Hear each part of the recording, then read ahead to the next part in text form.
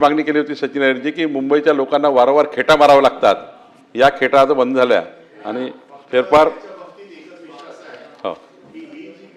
आता 46 खाली निवेदन केलं मंत्री महोदयांनी, तर ही बातमी आम्हाला वृत्तपत्रातनं कळली।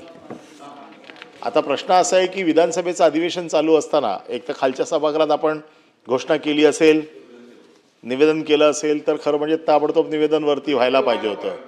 सर्वसाधारण विधानसभेचं अधिवेशन चालू असताना आम्हाला विधानसभेतल्या गोष्टी वृत्तपत्रातनं कळू नये अशी आमची साधारण दिलं होतं मंत्री महोदयांनी निवेदन, परंतु वेळेअभावी आपल्याला त्यांना मांडता आलं केलं होतं। पण मी जरा नागपूरला होतो त्यामुळे मंत्री महोदयांच्या उद्देशाबाबतीत आमचं काय म्हणणं नाही आहे, परंतु म्हणत नाही आहे, परंतु बऱ्याचशा गोष्टी ज्या निर्णय होतात सर्वसाधारण अधिवेशन चालू असताना कुठलाही निर्णय पहिला अधिवेशनात होतो, तो इथे सांगितला जातो आणि नंतर तिथून वृत्तपत्रांकडे जातो।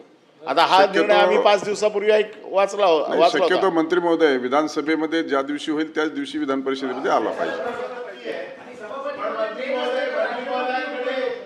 जिंकण्याची जबाबदारी होती, त्यामुळे केंद्राला पण त्या काहीतरी जायचं ना वरती, म्हणजे मी सभागृहाची माफी मागतो, पुढच्या वेळेस होणार नाही या ठिकाणी। सभापती महोदय, मोठं निवेदन आहे, मला वाटतं महाराष्ट्र विधान उद्देश वाचा, परिषद टेबल करा। नियम नाही, टेबल नाही महत्वाचं आहे त्यांचं। नाही उद्देश वाचा त्याचा। त्यांनी एवढी मेहनत केली आहे अनिल परब साहेबांनी आणि राज्याच्या हितात आहे, खूप मेहनत केली त्यांनी। 3 पानाचं आहे, खूपच मोठं आहे। ते शेवटपर्यंत पाठपुरावा करणार आहे। पानं 3 आहे? नाही, 1.5 पान आहे, 1.5 पान आहे। नाही 3 पानं आहेत। नाही फार महत्वाचं आहे आणि हे अनिल परब साहेबांना जबाबदारी पुढे फॉलो करणे, म्हणून आपण टेबल करा, फक्त उद्देश सांगा। महत्वाचं आहे।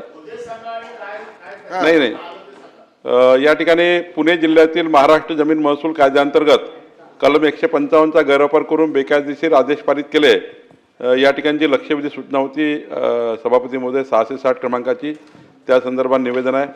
सभापती महोदय, पुणे जिल्ह्यामध्ये महाराष्ट्र जमीन महसूल संहिता 1966 चे कलम 155, 182, 220 आणि 257 मधील तरतुदीचा जो गैरवापर केला आहे, त्या गैरवापराबद्दल या ठिकाणी आपण ज्या या ठिकाणी केसेस तपासल्या हे माहिती आहे सर्व आपल्याला। फक्त याच्यामध्ये एक आहे की बेकायदेशीर आदेशाचं जे पुनर्निरीक्षण करायचं आहे, याच्यामध्ये काय होईल अनिल परब साहेब, या लक्षवेधीने कमीत कमी माझा अंदाज आहे की पुण्यामध्ये जवळपास आपण सांगितलं की 38,027 प्रकरणं आम्ही तपासले। सरकारने ही बाब आहे ना या ठिकाणी स्वतः टेकओव्हर केली होती, कुणाची तक्रार नव्हती। पण आमच्या लक्षात आलं की अशी गडबड चालू आहे आणि अशी गडबड चालू आहे। आम्हाला जेव्हा माहिती पडलं तेव्हा सरकारने सुमोटो याचा पुढाकार घेतला होता आणि म्हणून ती लक्षात आली होती। आपण त्याला पुढे नेला, आपलं धन्यवाद। पण यामध्ये चांगलं काय आहे की 38,000 प्रकरणं तर पुणे विभागाची आहे। आता नाशिक विभागात किती आहे, संभाजीनगरमध्ये किती आहे, नागपूरमध्ये किती आहे आणि कोकणामध्ये 70 सारखंच आहे, 155 आणि 70 कोकण प्रदेशामध्ये। या दोन्हीमध्ये आपण काय करतो आहे की आता जशी आपण पुण्यामध्ये चौकशी केली तशी पूर्ण महाराष्ट्राची आता चौकशी याची सुरू केलेली आहे आणि पुढच्या 3 महिन्यात जसं विभागीय आयुक्त पुणेने चौकशी केली, विभागीय आयुक्त नाशिकने पुण्याची केली, आपण तिकडले विभागीय आयुक्त इकडे आणले, क्रॉस केले, तसं महाराष्ट्रामध्ये आपण सर्व याच्या 155च्या आणि इतर कलमाच्या तरतुदीचा त्या ठिकाणी भंग केला आणि चुकीचं केला आहे।